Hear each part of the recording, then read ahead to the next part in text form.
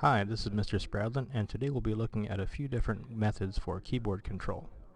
First off, I want to show you one of the most simple methods we can use, and that is with this starter block right here in the control section when the space key is pressed. Now we're not limited to space, we can change this to any key we want, and for this example we'll use the right arrow. So when the right arrow key is pressed, we'll run this code. What I want to do when the right arrow key is pressed is I want to have the cat move to the right. I'll get a change x by 10. That'll be a good way to demonstrate how this works here. Let's go ahead and try this code out. I'll press the green flag first, and then I'll press my right arrow key.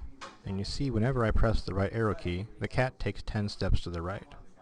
If I press my left arrow key, nothing happens. We haven't added any code for that yet, so even though I'm pressing it, Scratch doesn't know what to do with it.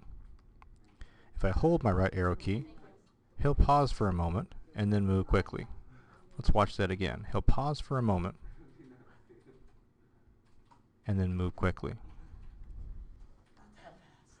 Takes one step, pauses, and then moves quickly. What's happening here is you're seeing the keyboard repeat rate take effect. In most systems, when you first hold down a key, you'll get one version of that letter or character. In this case, one right arrow. Then after that, you'll get several, but first there's a brief pause. This is to keep you from getting a bunch of extra keys in your word processor or other document like that. But in this case, it doesn't work to our advantage. Not the effect we're looking for. So this method, this starter block, although it's helpful and very easy to use, isn't really the best choice if we want to move a character around the screen.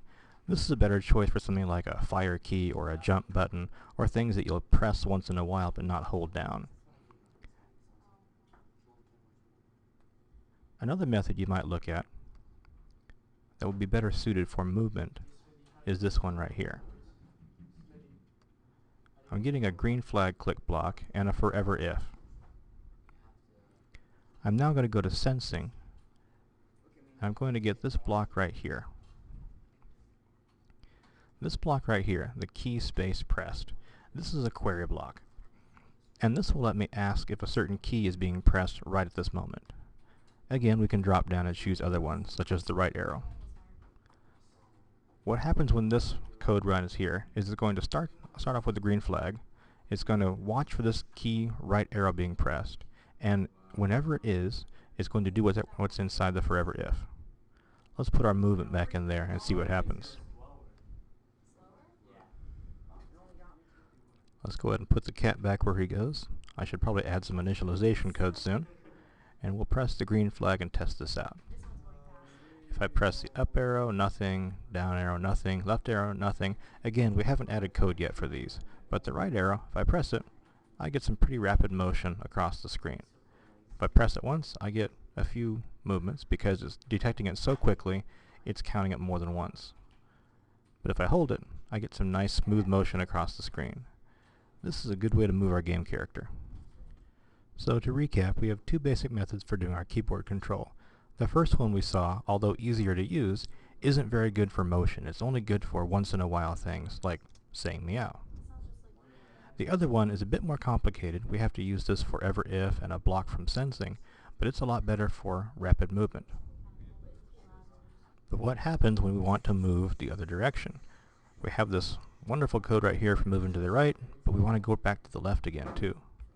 Let's duplicate this code and make a few changes. First thing we have to do is change the right arrow to a left arrow. Then, to go to the left, we need to make sure that our x is negative. So I'll change x by a positive 10 to go right and negative 10 to go left. It's important to be consistent with these or else your motion will look pretty strange. Let's go ahead and try it out.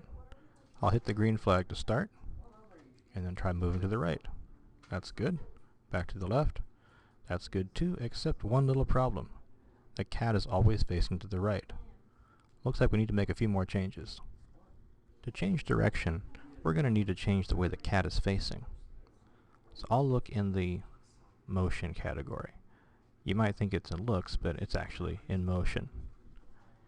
And to make this work, I want to get this block here, point in direction. In this block I have a few options, right, left, up, and down, and these are listed with the corresponding degree measurements. I can use these built-in ones, or I can type in my own number as well. Either one is fine. In this case, the built-in ones will work just great. I'll grab one of these for going right, and one of these for going left. When I go right, I'm going to face right. When I go left, I'm going to face left. Let's go ahead and try it out. I'll hit the green flag button, and we'll try it out. Going right looks good. Going left, looks like we have a little bit of a problem here. Right is good, left is upside down. Why do you suppose this is happening? Here's what's going on. Let's go to the motion category and get this block right here. Turn counterclockwise 15 degrees. I'm going to drag it to an empty part of my scripts area, but I'm not going to hook it up to anything. Here's a little trick that might come in handy for you.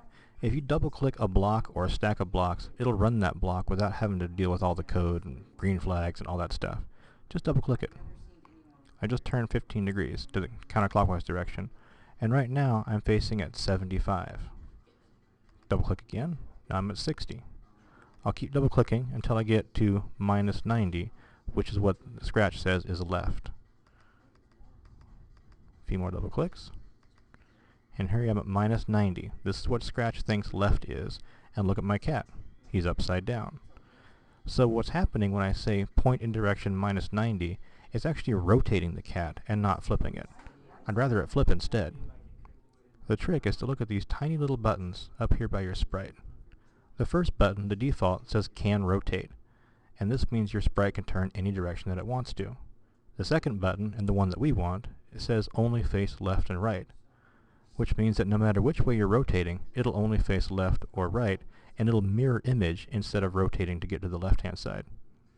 The last one might be handy for some other sprites, and it's simply don't rotate. No matter which direction the sprite is facing, it will always look the same to us on the stage. In this case, we want the second button, only face left-right. So we haven't made any code changes. All we've done is change that one setting on our sprite. But now, I can go to the right and the left, and things look pretty much the way I want them to. We still have kind of an ice skating effect with our sprite though. He's not moving his feet, he's just gliding across the screen. But at least it's a step in the right direction. That's all for this week. Go see the assignment now.